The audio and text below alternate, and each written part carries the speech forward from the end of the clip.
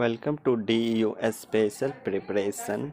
इस चैनल से मैं आपको स्टेट गवर्नमेंट, सेंट्रल गवर्नमेंट के सभी डाटा एंट्री ऑपरेटर पोस्ट जो स्टेट लेवल का हो, सेंट्रल लेवल या डिस्ट्रिक्ट लेवल या ब्लॉक लेवल या फिर पंचायत लेवल का हो या अन्य कंप्यूटर बेस्ड सिलेबस का कोई भी एग्ज़ाम हो,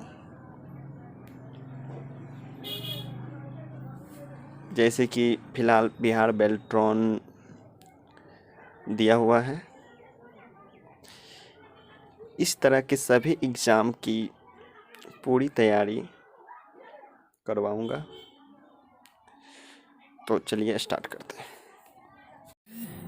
ये क्वेश्चंस 27 नवंबर 2019 के DEO के पूछे हुए हैं। एक दिन में 3 शिफ्ट में एग्ज़ाम लिया गया था, तो प्रतिदिन के तीनों शिफ्ट के सारे क्वेश्चंस को हिंदी में भी एक्सप्लेन करवाऊंगा। तो अब शुरू करते हैं। ये वीडियो सिर्फ थ्योरी का है।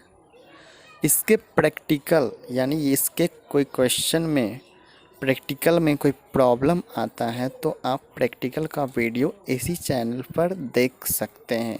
एक एक ऑप्शन का आप वीडियो देख सकते हैं। किसी ऑप्शन में कन्फ्यूजन ना रहे, इसके लिए सारा वीडियो अवेलेबल रहेगा। आप उस वीडियो को देख के आप सेटिस्फाइड हो सकते हैं, जिसमें वर्ड, एक्सेल, पावर पॉइंट का सारा ऑप्शन का वीडियो अवेलेबल रहेगा। Thank you. पहली पीढ़ी के कंप्यूटर में किस प्रकार की भाषा का उपयोग होता है? तो यहाँ पर 4 ऑप्शन है। इसमें पहला ऑप्शन, सारे ऑप्शन को देखेंगे। पहला ऑप्शन है C++। C++ एक हाई लेवल लैंग्वेज है। लैंग्वेज 2 लेवल के हैं, हाई लेवल लैंग्वेज और लो लेवल लैंग्वेज। तो C++ एक हाई लेवल लैंग्वेज का एग्जाम्पल है। इसलिए और हम ये जानते हैं कि पहली पीढ़ी में, कंप्यूटर के पहली पीढ़ी और दूसरी पीढ़ी में लो लेवल लैंग्वेज का यूज हुआ था। और लो लेवल लैंग्वेज 2 हैं, assembly language and machine language. तो C++ हाई लेवल लैंग्वेज है, लो लेवल लैंग्वेज नहीं है, इसलिए ये ऑप्शन नहीं होगा। उच्च स्तरीय भाषा को हाई लेवल लैंग्वेज बोला जाता है। तो हाई लेवल लैंग्वेज ऑलरेडी इसका एग्जांपल तो C++ है ही, और भी एग्जांपल हैं जैसे C, DBase, जावा और इत्यादि। असेंबली लैंग्वेज का यूज का स्टार्टिंग सेकेंड जनरेशन से हुआ, मतलब सेकेंड जनरेशन से ही मशीन लेवल लैंग्वेज और असेंबली लैंग्वेज का यूज हुआ। और ये मशीन लेवल लैंग्वेज जो है, इसका स्टार्टिंग फर्स्ट जनरेशन से हुआ। तो इस तरह से हम कहेंगे कि पहली पीढ़ी का कंप्यूटर में लो लेवल लैंग्वेज यूज होता था और लो लेवल लैंग्वेज में भी मशीन लेवल लैंग्वेज का यूज होता था। दोनों low level language second generation से शुरू हुआ और पहले जनरेशन में मशीन लेवल लैंग्वेज का यूज हुआ। वर्ड 16 में केस परिवर्तन के कितने विकल्प हैं? तो वर्ड 16 के होम टैब के फॉन्ट मेनू में 5 केसेस होते हैं। पहला अपर केस, जो सभी स्मॉल को कैपिटल करेगा। लोअर केस, कैपिटल को स्मॉल करेगा। कैप्स इच वर्ड, सभी वर्ड के पहला अक्षर को बड़ा करेगा। सेंटेंस केस, सेंटेंस के जैसे लाएगा, मतलब ये कि सेंटेंस के जैसे, मतलब ये कि सेंटेंस में फुल स्टॉप के जस्ट बाद, यानी सेंटेंस का पहला अक्षर कैपिटल होता है और इस तरह से वो एडजस्ट करेगा। लास्ट ऑप्शन है टॉगल केस। टॉगल केस जो है, टॉगल केस जिस तरह से कैप्स इच वर्ड सभी वर्ड के पहले लेटर को बड़ा करता है, उसके जस्ट अपोजिट टॉगल केस सभी वर्ड के पहले लेटर को स्मॉल करेगा और रेस्ट लेटर को कैपिटल कर देगा। समझ गए? 5 केस हैं, सुन लेंगे फिर से। Upper case, lower case, sentence case, caps etch word, toggle case. आगे बढ़ते हैं।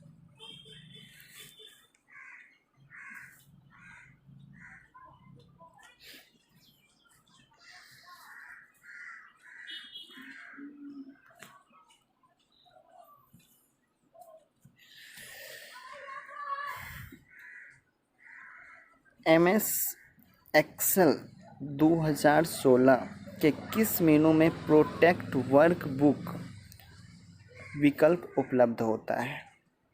प्रोटेक्ट करना मतलब डॉक्यूमेंट में लॉक लगाना। अब अपने डॉक्यूमेंट में लॉक किस मेनू के अंदर लगाते हैं? तो हम कंप्लीटेड डॉक्यूमेंट में लॉक लगाते हैं। तो चूँकि डॉक्यूमेंट कंप्लीट है और मैंने आपको बोला है कंप्लीटेड डॉक्यूमेंट, यानी कंप्लीटेड डॉक्यूमेंट को हम कुछ भी करेंगे तो फाइल मेनू में करेंगे। जैसे कंप्लीटेड डॉक्यूमेंट को हमको खोलना है, मतलब ओपन करना है। कंप्लीटेड डॉक्यूमेंट कंप्लीट हो गया तो सेव करना है, या फिर प्रिंट करना है कंप्लीटेड डॉक्यूमेंट को शेयर करना है, या फिर लॉक ही क्यों ना करना हो, बंद करना हो, तो ये ऑप्शन फाइल मेनू के अंदर आता है। यानी कंप्लीटेड डॉक्यूमेंट से related maximum option file menu के अंदर आएगा। सभी ऑप्शन फाइल मेनू के अंदर आते हैं, तो इसका ऑप्शन होगा फाइल मेनू। चलिए दूसरे ऑप्शन को देखते हैं। तो व्यू, डॉक्यूमेंट आपका कैसा दिख रहा है उसको देखने के लिए व्यू में आप एक और भी चीज़ कर सकते हैं। जैसे डॉक्यूमेंट को जूम करके देखना, वेब पेज के जैसे देखना, आउटलाइन के जैसे देखना, मैग्नीफाई करके देखना, जूम आउट करके देखना। डेटा, एक्सेल में एक्सेल में डेटा हैंडलिंग से रिलेटेड वर्क होता है। सपोज हमको इसी रेंज यानी 1 से लेकर 100 तक के ही डाटा को लिखना है, या फिर किसी फिक्स डेटा को लिखना है। डाटा वेलिडेशन लगाते हैं, या फिर डाटा से रिलेटेड वर्क होगा इसमें। पेज लेआउट, चूँकि पेज वर्ड लगा हुआ है, और लेआउट मतलब उसको दर्शाता कैसे है, तो पेज के डिजाइनिंग मतलब ये कि पेज का साइज, पेज का ओरिएंटेशन, पेज का मार्जिन कैसा हो, ये पेज में होगा। क्योंकि हमको वो सब करना नहीं, डॉक्यूमेंट को प्रोटेक्ट करना है, इसलिए, और ये कंप्लीटेड डॉक्यूमेंट होता है, इसलिए हम फाइल मेनू में जाएंगे। चलिए नेक्स्ट क्वेश्चन।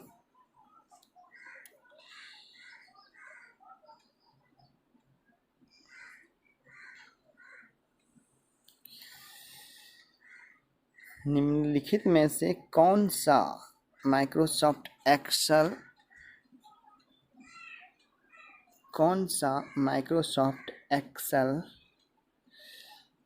में एक प्रकार का चार्ट नहीं है?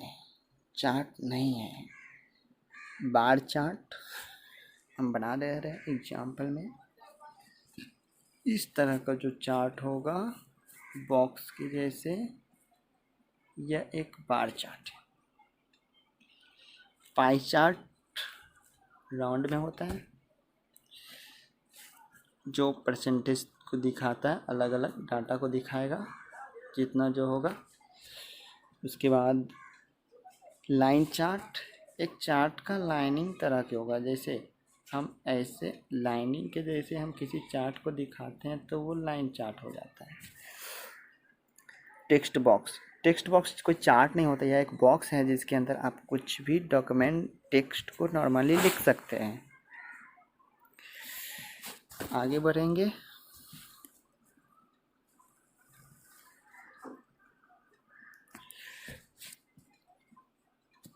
विंडोज ऑपरेटिंग सिस्टम में ऐड अ न्यू हार्डवेयर विकल्प कहाँ मिलता है? ऑपरेटिंग सिस्टम में न्यू हार्डवेयर का ऑप्शन कहाँ मिलता है? ये अब देखिए ये जनरली सेटिंग का वर्क हो गया, हार्डवेयर लगाना, हार्डवेयर को अनइंस्टॉल करना, तो ये सेटिंग का वर्क। और कंप्यूटर में सेटिंग मतलब होता है कंट्रोल पैनल। कंप्यूटर में सेटिंग का ऑप्शन को ही कंट्रोल पैनल कहा जाता है। कंट्रोल पैनल में ही सारे सेटिंग्स मौजूद होते हैं। मेनू बार तो किसी प्रोग्राम के अंदर आता है। मेनू बार किसी प्रोग्राम के मेनू के लाइन को दिखाता है। और generally start button, task bar में स्टार्ट बटन होता है, उस पर क्लिक करने से मेनू आता है, उसको भी हम मेनू बार कह सकते हैं। मेन मेनू भी हम उसको कहते हैं। टास्क बार, टास्क बार जो होता है, टास्क बार जो होता है, ये टास्क बार है। टास्क बार जो होता है एक्टिव प्रोग्राम, जो प्रोग्राम कंटिन्यू चल रहा है, चाहे वो मिनिमाइज्ड हो, मैक्सिमाइज्ड हो या रिस्टोर हो, पर क्लॉज नहीं हो। क्लॉज होगा तो टास्क बार में शो ही नहीं करेगा, यानी टास्क बार उसको शो करता है जो प्रोग्राम रनिंग में है, चल रहा है, ओपन किए हुए हैं आप और उसको क्लॉज नहीं किए, वो टास्क बार में निश्चित रूप से शो करेगा। चलिए, तो इसलिए सेटिंग का वर्क है हार्डवेयर को ऐड करना, तो ये कंट्रोल पैनल में आ जाते हैं। नेक्स्ट क्वेश्चन,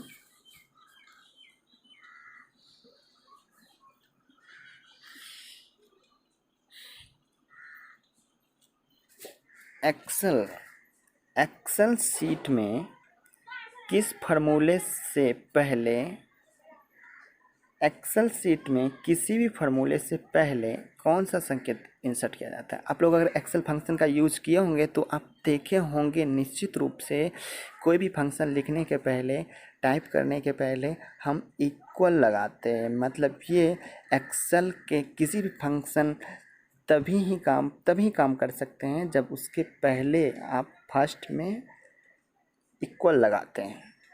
अगर इक्वल आप नहीं लगाते हैं तो वो फंक्शन इनवैलिड हो जाएगा, वो फंक्शन वर्क ही नहीं करेगा। तो इसका आंसर हो गया इक्वल। और ये स्लैश ब्रैकेट्स इंट्रोगेटिव, ये स्लैश और ब्रैकेट तो फार्मूला के मिडिल में हम यूज़ करते हैं, पर इंट्रोगेटिव यूज नहीं होता है। तो आप आंसर देखेंगे तो आंसर किसी फंक्शन को लिखने के लिए हम इक्वल पहले लगाते हैं। आगे, मेल मर्ज के लिए डेटा तैयार करने के संबंध में निम्नलिखित में से कौन सही नहीं है? तो सबसे पहले मेल मर्ज के बारे में जानते हैं। मेल मर्ज, मेल मतलब होता है भेजना, मर्ज मतलब होता है सारे डॉक्यूमेंट को एक करना। मतलब ये माइक्रोसॉफ्ट ऑफिस वर्ड का मेलिंग टैब का ऑप्शन है और बहुत ही इम्पोर्टेंट ऑप्शन है, बहुत बार एग्जाम में पूछा भी जाता है।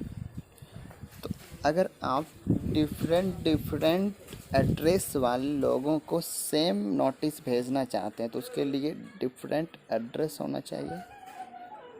तो उस डिफरेंट एड्रेस को हम या तो एक्सेल में भी सेव करके रख सकते हैं और वर्ड में भी कर सकते हैं। तो वर्ड में रखने के लिए हम मेलिंग टैब में जाते हैं, स्टार्ट मेल मर्ज में जाते हैं, step by step mail merge में जा कर के नेम, एड्रेस, पिन कोड, सारे उसका एड्रेस फिल कर देते हैं। सबका वन बाय वन जिसको सेंड करना करते हैं। तो फिर सेंड करने के बाद एक डॉक्यूमेंट बनाते हैं जहाँ पर वो नेम भरा जाएगा, वहाँ पर कर्सर प्रेस करके इंपोर्ट करा लेते हैं। तो एक ही डॉक्यूमेंट बनाने से जितना एड्रेस हम फिल कर चुके हैं फिनिश एंड मर्ज लास्टली करेंगे तो एक ही डॉक्यूमेंट जितना एड्रेस था उतना एड्रेस में हो जाएगा। मतलब एक ही डॉक्यूमेंट 10 एड्रेस का था तो 10 डॉक्यूमेंट बन जाएगा जिसमें सब में अलग अलग एड्रेस होगा जो आप पहले मर्ज कर चुके हैं, मतलब ऐड कर चुके हैं। तो ये एड्रेस एक्सेल में भी रख सकते हैं। हाँ, एक्सेल में रखेंगे तो इस वर्ड में जो फील्ड ने आपने बनाया है नेम का, एड्रेस का, पिन कोड का, वही हेडिंग एक्सेल में भी सेम रखना होगा। मतलब एक्सेल का हेडिंग और इसके एड्रेस का हेडिंग दोनों सेम होगा तो ही आप इंपोर्ट कर पाएंगे। अब ऑप्शन में चलते हैं। सेकेंड ऑप्शन, स्प्रेडशीट में पोस्टल कोड डेटा को सही ढंग से स्वरूपित किया गया है ताकि वर्ड वैल्यू को ठीक से पढ़ सके। स्प्रेडशीट यानी एक्सेल में पोस्टल कोड डेटा मतलब भेजने का जो डेटा है सही ढंग से स्वरूपित किया गया। इसका मतलब ये जिस तरह से वर्ड में आपने जो फील्ड बनाया है, हेडिंग बनाया है, वो सही ढंग से सेम उसका भी एक्सेल का भी हेडिंग है कि नहीं, ताकि वर्ड का वैल्यू ठीक से पढ़ सके, मतलब सही जगह पर वो एड्रेस इंपोर्ट हो सके। दोनों हेडिंग सेम होना चाहिए एड्रेस का, वर्ड और एक्सेल का। दूसरा है आपके स्प्रेडशीट में कॉलम नाम फील्ड नाम के उन नामों से मेल खाते हैं जिन्हें आप अपने लेबल में सम्मिलित करना चाहते हैं। तो आपका कॉलम का जो नाम है स्प्रेडशीट एक्सेल के कॉलम नाम से मैच करना चाहिए। ये दोनों ऑप्शन एक ही समझेंगे, दोनों ऑप्शन 2 और 3 एक ही चीज़ को डिनोट कर रहा है। चौथा ऑप्शन मेल मर्ज में उपयोग की जाने वाली एक्सेल स्प्रेडशीट आपके लोकल मशीन पर स्टोर होती है। तो हम मेल मर्ज में कुछ भी करते हैं, कंप्यूटर में कुछ भी करते हैं, लोकल मशीन पर ही स्टोर होती है, इसलिए ये बात सही है। आंसर वाला ऑप्शन देखेंगे फर्स्ट, मर्ज किए जाने वाले सभी डेटा आपके स्प्रेडशीट के अंतिम शीट में मौजूद हैं। मतलब जो एड्रेस हम इंपोर्ट करके वर्ड में लाने वाले हैं अलग अलग एड्रेस पर भेजने के लिए डॉक्यूमेंट को, तो उसके लिए बोल रहा है कि एक्सेल में हमको लास्ट शीट पर फिल करना होगा। ये तो बहुत गलत है। हम पहला शीट पर भी करके कर सकते हैं, पहला शीट पर भी एड्रेस डाल के हम कर सकते हैं, तो इसलिए ये गलत है। विकल्प डैश में पाया जाता है। माइक्रोसॉफ्ट वर्ड 16 संस्करण में लेआउट विकल्प डैश में पाया जाता है।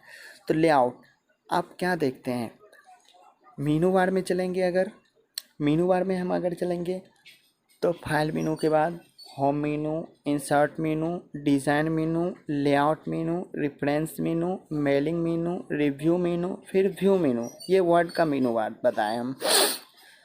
तो वर्ड के मीनू बार में एक मीनू लेआउट भी रहता है, तो ये किस में रहता है, मीनू के बार में रहता है, इसलिए ये इसका आंसर मीनू बार होगा। देखिए टूल बार में सब टूल, जिस टूल का उपयोग हम डॉक्यूमेंट को बनाने में एडजस्ट करने में करते हैं, तो लेआउट एक मीनू है जिसके अंदर हम कोई बहुत सारे ऑप्शन को यूज करते हैं। टास्क बार को मैंने पहले बता दिया। टूल बार टूल को दिखाता है, लास्ट में टाइटल बार ये डॉक्यूमेंट के सबसे ऊपर रहता है, प्रोग्राम के ऊपर रहता है। आगे चलेंगे।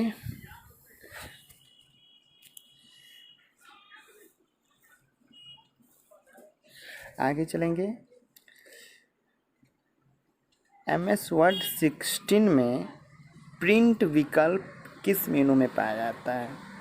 मैंने पहले बताया है कि कंप्लीटेड डॉक्यूमेंट को प्रिंट करना हो, सेव करना हो, तो कौन सा मेनू होगा, वो फाइल मेनू होगा। ठीक है, और जब फाइल मेनू हो गया तो दूसरा मेनू हो नहीं सकता। ठीक है, नेक्स्ट बारे में देख लेते हैं रेस्ट ऑप्शन को।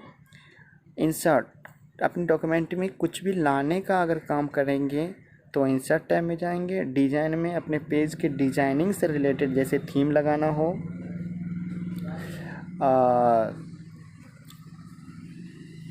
वाटर मार्क लगाना हो, तो ये सब डिज़ाइन का काम, बॉर्डर लगाना हो पेज में, हम डिज़ाइन में जाएंगे। व्यू दिखाने का, जूम करके देखना हो, जूम आउट करके वेब पेज के जैसे देखना हो, तो व्यू दिखाने का काम करेगा। नेक्स्ट क्वेश्चन, आमतौर पर कंप्यूटर के कीबोर्ड में कितने फंक्शनल की होते हैं। तो फंक्शनल की आप जानते होंगे, फंक्शनल की F1 से F12 तक कुल 12 होते हैं, 12 होते हैं। तो इसलिए आंसर 12 होगा, मतलब 12, F1 से F12। नेक्स्ट क्वेश्चन,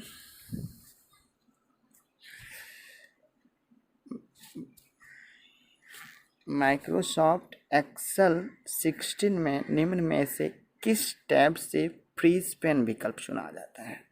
फ्रीज मतलब उसको रोकना। अगर आप चाहें तो कॉलम के हेडिंग को रोक सकते हैं,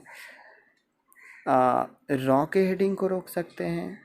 सपोज कॉलम के हेडिंग को हम रोक दिए, रोकने के बाद फ्रीज कर देने के बाद, फ्रीज मतलब रोकना, रोकने के बाद हम जब माउस को स्क्रॉल करते हैं तो जिसको मैंने फ्रीज किया वो स्क्रॉल नहीं होगा। उसके अलावा जितने भी आपके सीट में जितने भी सेल हैं, रॉ हैं, सारे के सारे स्क्रॉल होंगे, मतलब छुप जाएंगे।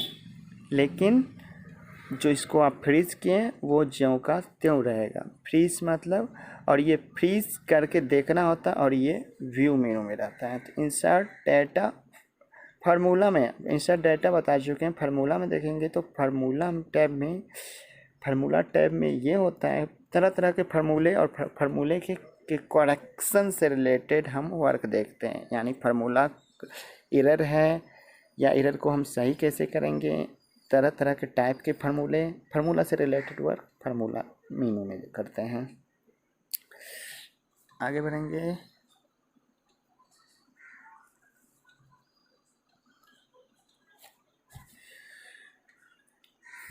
एप्लीकेशन विंडो के शीर्ष पर स्थित वो बार जो एप्लीकेशन प्रोग्राम का नाम दिखाता है उसे कहा जाता है? आपके प्रोग्राम में सबसे ऊपर एक लाइन रहता है जिसमें मिनिमाइज शो करेगा, मैक्सिमाइज शो करेगा, क्लोज बटन रहता है, कंट्रोल बटन भी रहता है। और आपका अगर डॉक्यूमेंट सेव है तो आपके डॉक्यूमेंट का नाम भी शो करता है। तो वो कौन सा है? वो टाइटल बार है। अगर डॉक्यूमेंट सेव नहीं है तो वहाँ पर डॉक्यूमेंट लिखा हुआ रहता है। जनरली आपका टाइटल बार जो है, टाइटल बार वो प्रोग्राम के नेम को शो करता है। नेम बार कोई ऑप्शन नहीं है, नेम बार होता ही नहीं है। स्टेटस बार करेंट डॉक्यूमेंट जो ओपन है उसको शो करेगा। Task bar, status bar document का स्टेटस बताएगा कि आपका कर्सर कहाँ है, कितना % जूम है, ये स्टेटस उसी डॉक्यूमेंट के लास्ट में रहता है। Task bar current running document को, एक्टिव डॉक्यूमेंट को बताता है। MS एक्सेल 16 स्प्रेडशीट में रिक्त सेल को सम्मिलित करने के उपयुक्त चरणों की पहचान करें। सम्मिलित करेंगे यानी आपका जो स्प्रेडशीट है, आपके एक्सेल डॉक्यूमेंट में जो सीट है आपके सामने ओपन करने पर जो सीट आता है, उस सीट में एक और सेल को ऐड करना है। सम्मिलित करना मतलब रिक्त सेल्स को सम्मिलित करना मतलब सेल्स को आप ऐड करना चाहते हैं। जब सेल को ऐड करेंगे तो सेल को ऐड करना हो, कॉलम को ऐड करना हो, रॉ को ऐड करना हो, या फिर सीट को ऐड करना हो, या इस सभी को डिलीट ही क्यों ना करना हो, तो ये होम टैब में रहता है। तो होम टैब में जाएंगे, उसके बाद सेल मेनू में जाएंगे और सेल ग्रुप के अंदर इंसर्ट ऑप्शन आएगा। इंसर्ट के ड्रॉप डाउन लिस्ट पर हम क्लिक करेंगे और क्लिक करने के बाद insert cell, insert row, insert column और इंसर्ट सीट आएगा। तो आप इंसर्ट कर सकते हैं। जस्ट उसके नीचे डिलीट रहता है, डिलीट के एरो पर क्लिक कर देंगे तो delete cell, delete column, delete row, delete sheet आप कर सकते हैं। इस तरह से पहला ऑप्शन सही है। दूसरा ऑप्शन देखेंगे, चयनित सेल्स पर डबल क्लिक करें और शॉर्टकट पर इंसर्ट पर क्लिक करें। चयनित सेल पर डबल क्लिक करें। डबल क्लिक करने से तो एडिट हो जाएगा, मतलब कर्सर उसमें आ जाएगा। चयनित सेल पर लेफ्ट क्लिक करें और शॉर्टकट मेनू पर इंसर्ट पर क्लिक करें। शॉर्टकट मेनू पर इंसर्ट पर क्लिक करें। नहीं, ये सेल्स पर सिंगल क्लिक करें, शॉर्टकट मेनू पर इंसर्ट पर क्लिक करें। तो इंसर्ट पर क्लिक करने से डायरेक्ट नहीं आ सकता है। इंसर्ट पर क्लिक करने से इंसर्ट रो, इंसर्ट कॉलम सभी का ऑप्शन आएगा। तो आप पूरा क्लियर नहीं है कि किस में जाके क्लिक करेंगे, इसलिए वो नहीं होगा। चलेंगे आगे।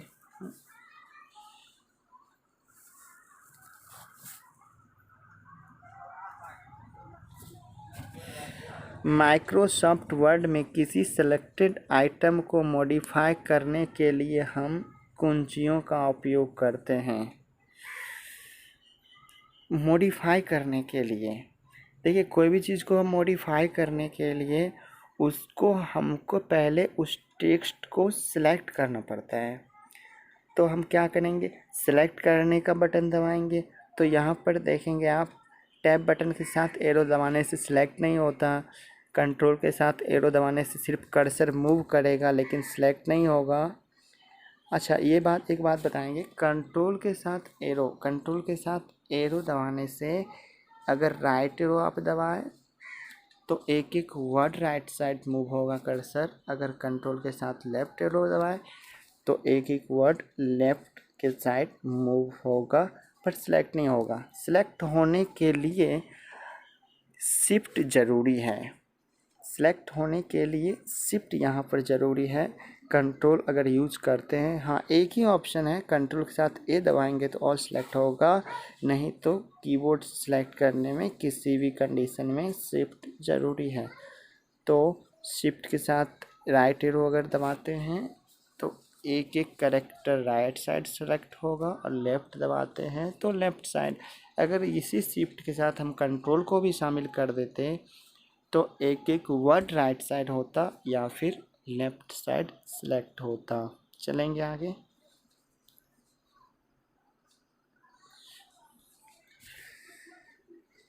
माइक्रोसॉफ्ट पावर पॉइंट 16 के इंसर्ट मेनू से निम्नलिखित में से कौन सा प्राप्त नहीं किया जा सकता। इंसर्ट मेनू का मतलब समझ सकते हैं आप। इंसर्ट मतलब कुछ लाने का काम होगा अगर आपके पावर पॉइंट के पेज में, स्लाइड में, तो इंसर्ट मेनू का यूज करेंगे।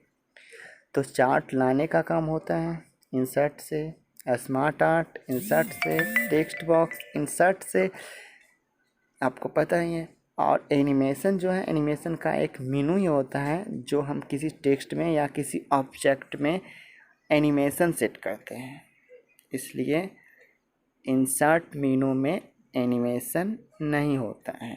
तो आंसर हो जाएगा 4 नंबर एनिमेशन। आगे बढ़ेंगे।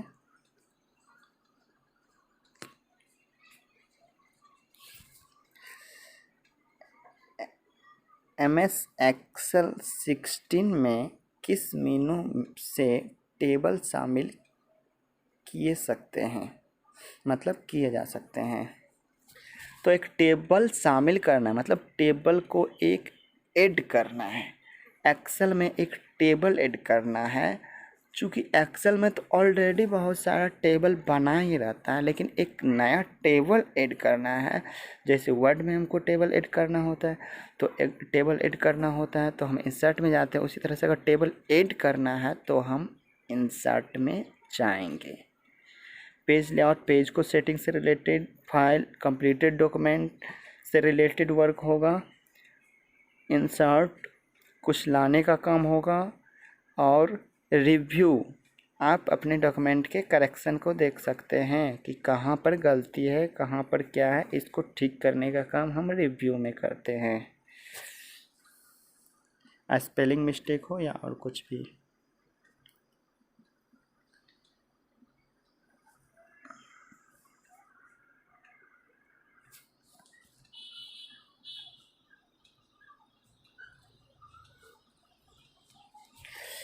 निम्न प्रोटोकॉल में से किसका उपयोग बड़ी डेटा फाइलों के हस्तांतरण के लिए किया जाता है। मतलब किस प्रोटोकॉल का उपयोग बड़ी डेटा फाइल को हस्तांतरण के लिए किया जाता है, मतलब ट्रांसफ़र के लिए। तो ट्रांसफ़र करना हो तो सब पहले सबका फुल फॉर्म हम देख लेते हैं। HTTP hyper text transfer protocol, FTP file transfer protocol, SMTP simple mail transfer protocol, और एक ऑप्शन है HTTPS मतलब hyper text transfer protocol secure जिसको हम कहेंगे। कोई भी हम सर्च करते हैं तो सर्च करने में, ब्राउज करके लाने में हमको HTTP मदद करता है। फाइल को ट्रांसफ़र करते हैं तो उस कंडीशन में, या फिर हम डाउनलोड करते हैं या फिर फाइल को अपलोड करते हैं, उस कंडीशन में फाइल ट्रांसफ़र प्रोटोकॉल यूज़ होता है। सिंपल मेल ट्रांसफ़र प्रोटोकॉल, किसी को हम मेल करते हैं ईमेल आईडी से तो उस समय जो प्रोटोकॉल यूज़ होता है वो सिंपल मेल ट्रांसफ़र प्रोटोकॉल यानी SMTP यूज होता है। HTTPS ब्राउज करने के लिए जो प्रोटोकॉल सिक्योरिटी प्रदान करता है उसको HTTPS कहा जाता है। तो आप समझ गए, फुल फॉर्म से ही क्लियर है। फाइल ट्रांसफ़र प्रोटोकॉल फाइल को ट्रांसफ़र करने के लिए मतलब हस्तांतरण करने के लिए किया जाता है। आगे बढ़ेंगे।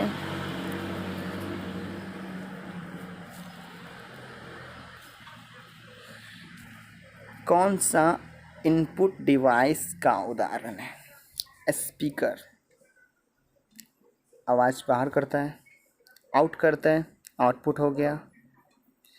प्रिंटर बाहर प्रिंट करके निकालता है, प्रिंट आउट बाहर करता है तो ये आउटपुट हो गया।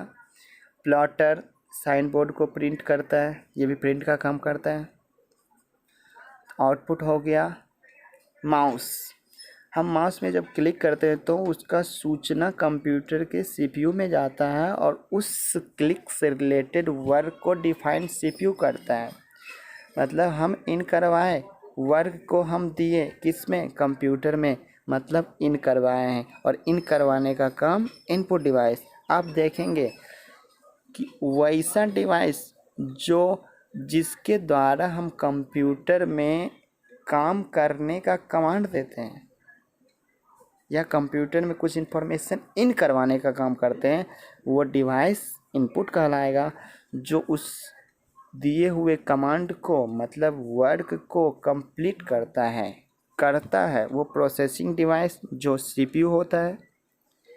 और उसके बाद लास्ट आउटपुट डिवाइस मतलब किए हुए वर्क का रिजल्ट हमको प्रोड्यूस करता है, या तो सॉफ्ट कॉपी में करेगा या हार्ड कॉपी में।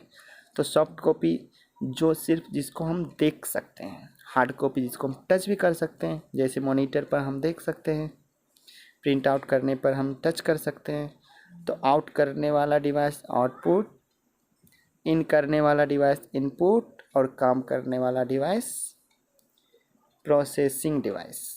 हाँ, प्रोसेसिंग डिवाइस के अंदर ही एक स्टोरेज डिवाइस भी आता है जो किसी भी डेटा को प्रोसेस करने के लिए स्पेस देता है, या किसी भी डेटा को हम स्टोर करके भी रखते हैं उसमें।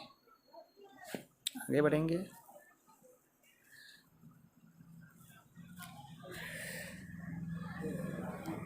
MS एक्सेल में हम एक सेल से दूसरे सेल में किसी फार्मूले को कैसे कॉपी कर सकते हैं? तो कॉपी और पेस्ट फंक्शन का उपयोग करके, अगर हमको कॉपी करना मतलब उसका डुप्लीकेट बनाना, एक चीज़ को दूसरे जगह आप ले जाना चाहते हैं कॉपी करके डुप्लीकेट बनाना, तो आपको कॉपी करने के बाद पेस्ट भी करना पड़ता है। कॉपी करेंगे किसी भी डेटा को या फंक्शन को तो रिकॉर्ड होगा, और पेस्ट करेंगे तो वही दोबारा आ जाएगा जहाँ पर पेस्ट करेंगे। आगे बढ़ते हैं।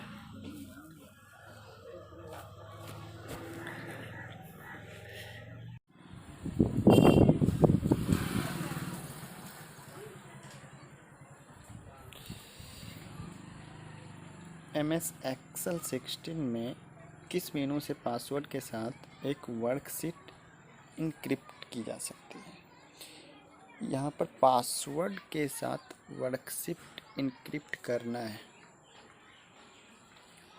मतलब ये कि वर्कशीट में पासवर्ड लगाना है।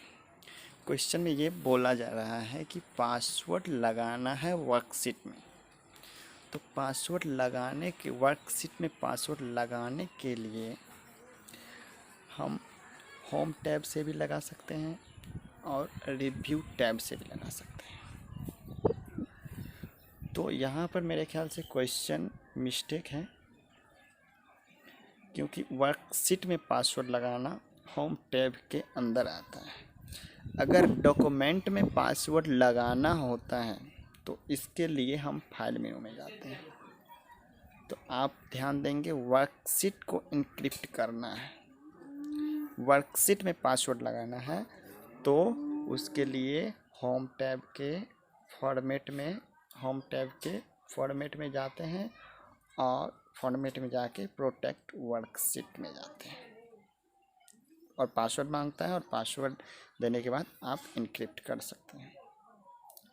यहाँ पर अगर डॉक्यूमेंट रहता तो डॉक्यूमेंट यानी कंप्लीटेड डॉक्यूमेंट है, उसमें पासवर्ड लगाना चाहते हैं तो फाइल मेनू में जाएंगे, नहीं तो शीट में पासवर्ड लगाने के लिए आप होम टैब या फिर रिव्यू टैब में जा सकते हैं। तो जनरली होम टैब में होता है, ठीक है। तो यहाँ पर वर्कशीट नहीं, वर्कबुक या फिर डॉक्यूमेंट देना चाहिए। अगर डॉक्यूमेंट रहता है तो फाइल ऑप्शन सही है, तो वहाँ पर मिस्टेक हो गया है। डॉक्यूमेंट होगा, पासवर्ड के साथ डॉक्यूमेंट को इनक्रिप्ट करना है, तो फाइल आंसर सही होगा।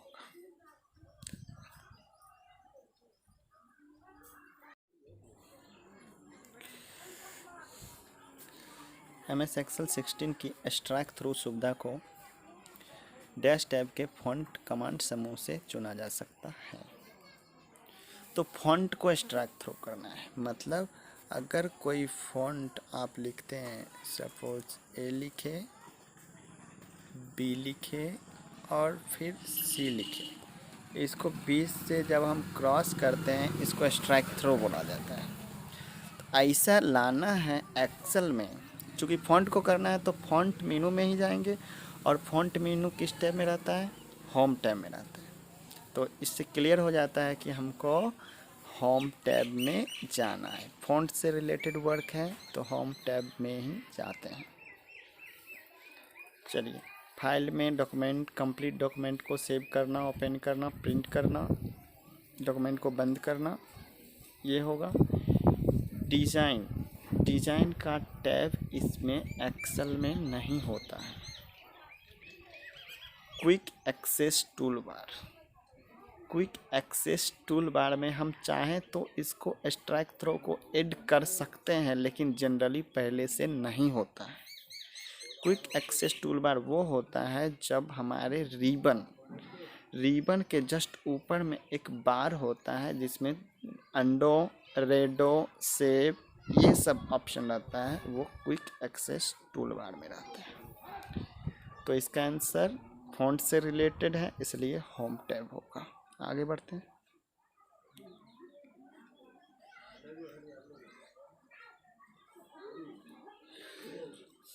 मेल मर्ज किसी सूची के साथ दस्तावेज डिजाइन के संयोजन की प्रक्रिया है। सही है। जो सूची में प्रत्येक प्रविष्टि के लिए दस्तावेज की कई प्रतियां बनाने की प्रक्रिया है।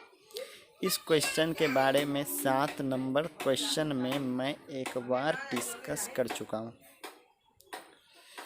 सेम है कि एक ही दस्तावेज को अलग अलग एड्रेस पर भेजना है। यहाँ पर दिया हुआ है दस्तावेज की कई प्रतियां बनाने की प्रक्रिया, तो वो मेल मर्ज में ही होता है। इस सूची को क्या कहा जाता है, तो दस्तावेज की कई प्रतियां बनाते हैं, जिस कई प्रतियां में अलग अलग एड्रेस होता है, तो उस अलग अलग एड्रेस के लिस्ट को क्या कहा जाता है, तो उस एड्रेस के लिस्ट को डाटा सोर्स कहा जाता है।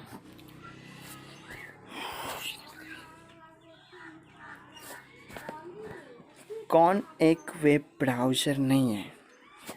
तो सबसे पहले हम वेब ब्राउज़र के बारे में जानते हैं। वेब ब्राउज़र इंटरनेट को ओपन करने के लिए, मतलब इंटरनेट पर कुछ भी सर्च करने के लिए या डाउनलोड करने के लिए जिस एप्लीकेशन का हम यूज़ करते हैं उसको वेब ब्राउज़र कहा जाता है।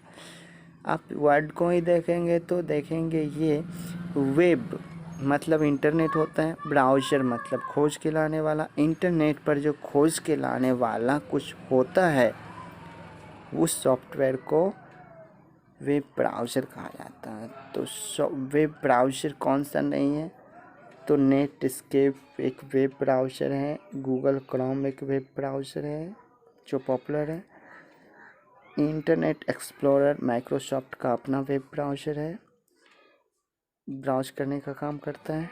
माइक्रोसॉफ्ट बिंग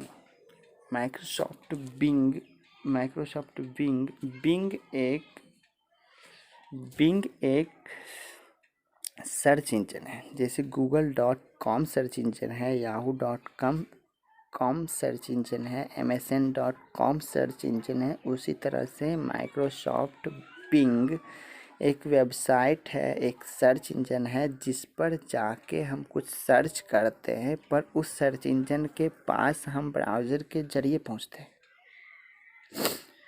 एक सॉफ्टवेयर नहीं है, यह एक वेबसाइट है। ठीक है, हम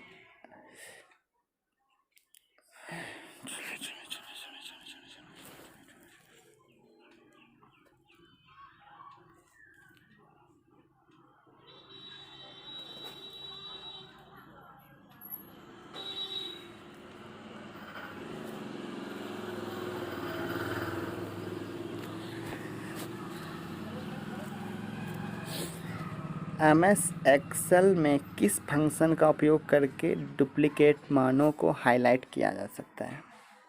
डुप्लिकेट मानों को मतलब हमको उसी को फॉर्मेट करना है, उसी को हाईलाइट करना है जो डबल है, मतलब एक से ज़्यादा बार होता है कोई भी डाटा तो उसको डुप्लिकेट माना जाता है। तो कंडीशनल फॉर्मेटिंग में होम टैब के कंडीशनल फॉर्मेटिंग में जब आप चाहेंगे तो देखेंगे कि कंडीशनल फॉर्मेटिंग के अंदर टॉप वैल्यू को फॉर्मेट करना हो, बॉटम वैल्यू को करना हो, डुप्लीकेट वैल्यू को फॉर्मेट करना हो, इस तरह से रिलेटेड कंडीशन वाइज फॉर्मेटिंग कर सकते हैं। तो कंडीशनल फॉर्मेटिंग के ज़रिए हम कर सकते हैं।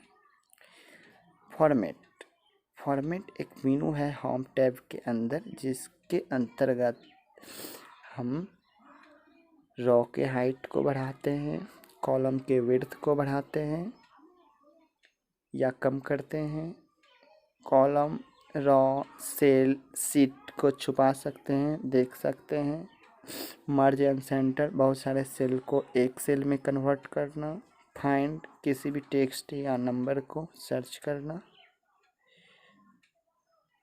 ये होता है। इस तरह से कंडीशनल फॉर्मेटिंग आंसर होगा।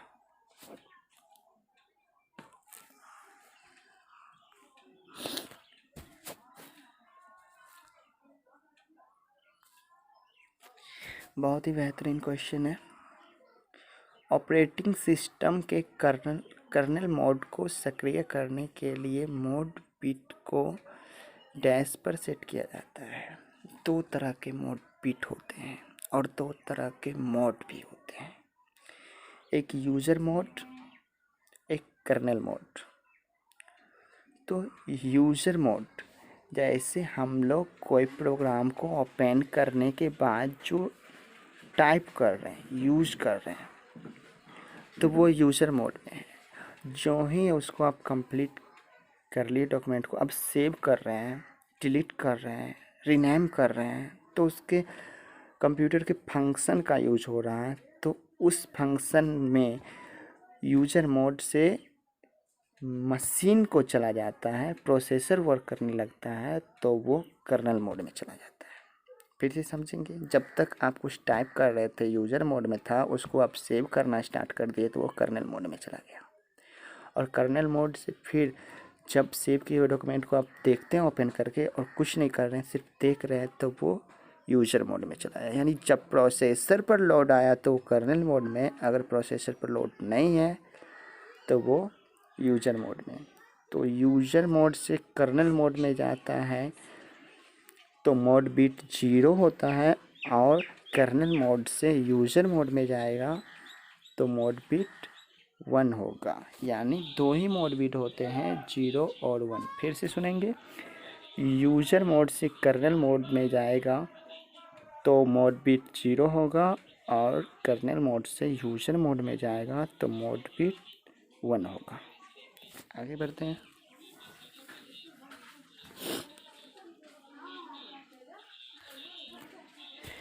यदि एक्सेल में किसी एकल सेल में दो सेल टेक्स्ट को एक साथ रखने की आवश्यकता है तो हम किसका उपयोग करेंगे? मतलब एक सेल में दो सेल को रखेंगे, मतलब दो सेल को एक सेल बनाना है, दो सेल को ग्रुप कर देंगे, मतलब ग्रुप करके हम एक कर सकते हैं। दो को एक बनाना मतलब मर्ज करना, और मर्ज करने का ऑप्शन होम टैब के मर्ज ऑप्शन में रहता है। तो हम होम टैब में जाएंगे और मर्ज एंड सेंटर पर क्लिक करें तो मर्ज करने का काम है, तो पहला ऑप्शन सही है। अब अगला ऑप्शन को देखेंगे।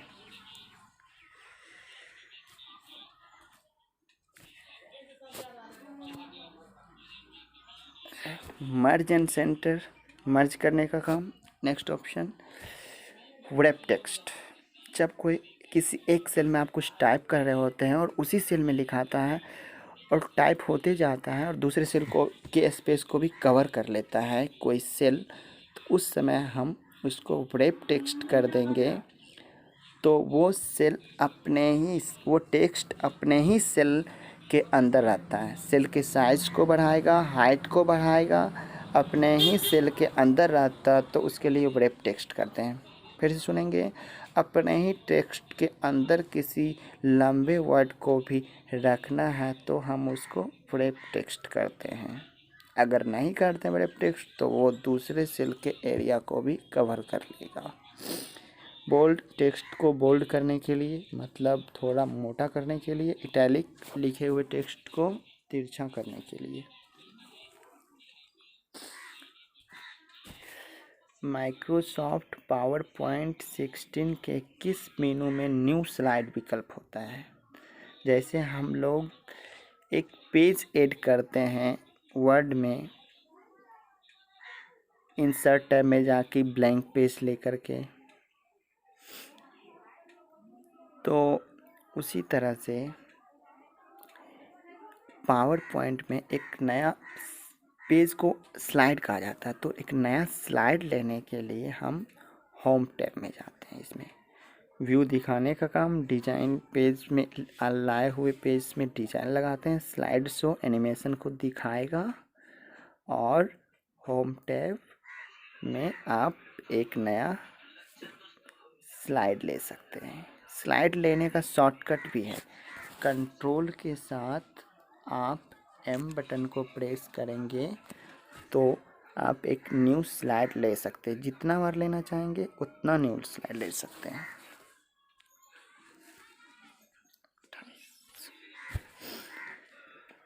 कमांड मोड से किसी सॉफ्टवेयर को अनइंस्टॉल करने के लिए पहला कमांड क्या होता है?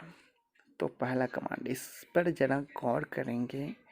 डिस्क पार्ट एक कमांड है, इसमें जितने भी कमांड हैं सबसे पहले उसमें ये कमांड देना, WMIC, WMIC, इसको VMIC कहा जाता है, WMIC कमांड देना ज़रूरी है, तो ही आप किसी कमांड को यूज कर पाएंगे।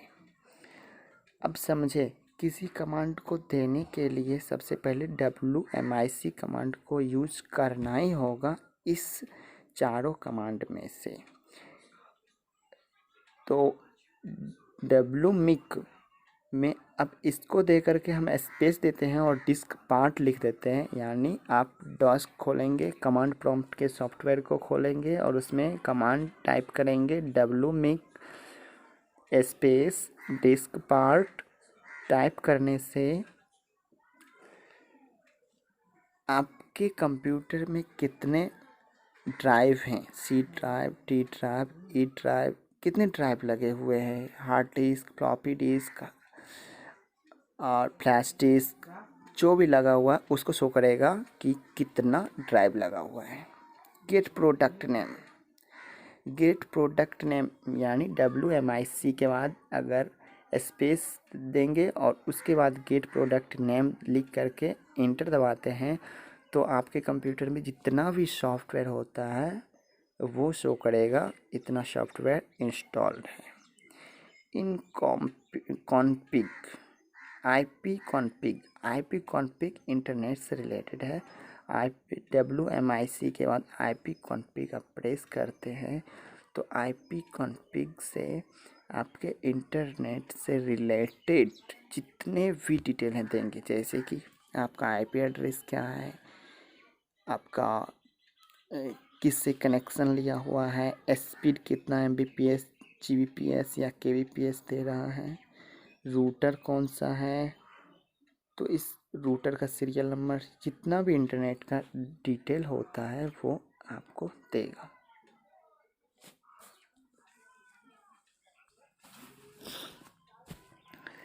किस फंक्शनल की द्वारा हम MS Excel 16 में वर्कशीट में नई सीट डालने से रोक सकते हैं? Mark as final, mark as final कर देने से न्यू सीट हम नहीं डाल सकते। रीनेम तो सीट का नेम बदलना।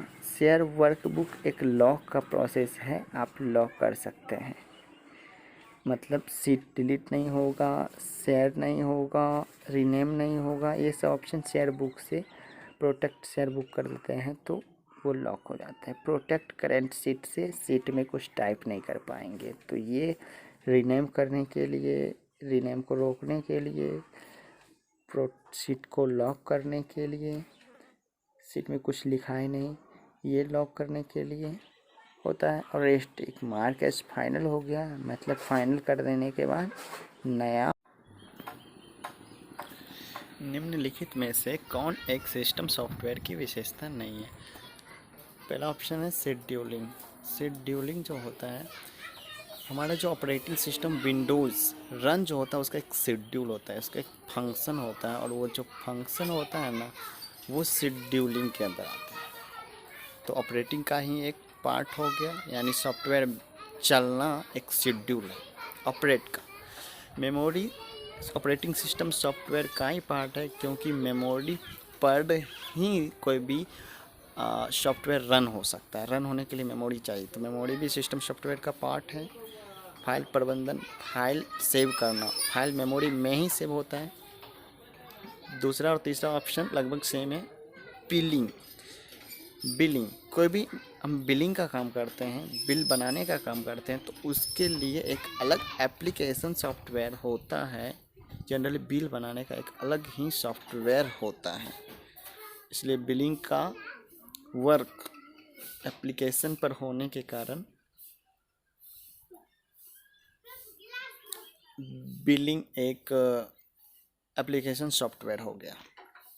जिस तरह से सिस्टम सॉफ्टवेयर से बाहर आ जाता है, इसलिए ये उसका सॉफ्टवेयर से कोई रिलेशन इसका नहीं है। सिस्टम सॉफ्टवेयर से इसका रिलेशन नहीं है, सिर्फ रिलेशन बस इतना है कि इसको चलाने के लिए ऑपरेटिंग सिस्टम सॉफ्टवेयर का ज़रूरत है। ऑपरेटिंग सिस्टम को चलाने के लिए बिलिंग सॉफ्टवेयर का कोई ज़रूरत नहीं है। ये इसलिए ऑपरेटिंग सिस्टम का विशेषता ये नहीं है। धन्यवाद। ये क्वेश्चन 60 नंबर का और 60 क्वेश्चन होता है। एक वीडियो में सारे क्वेश्चन का एक्सप्लेन करने से वीडियो बहुत लंबा हो जाने के कारण 2 पार्ट में बांट दिया गया है। पहला पार्ट 30 क्वेश्चन 30 मार्क का, और दूसरा पार्ट 30 क्वेश्चन का होगा। और अगर आपको इस वीडियो में कुछ समझ में नहीं आया होगा तो इसके डिस्क्रिप्शन में टेलीग्राम का लिंक होगा, आप ज्वाइन कर लें उसको, और आप कुछ भी क्वेश्चन इससे रिलेटेड पूछ सकते हैं। अगर आपको फीडबैक या कोई कंप्लेन देना होगा तो आप कमेंट कर सकते हैं यूट्यूब में। धन्यवाद।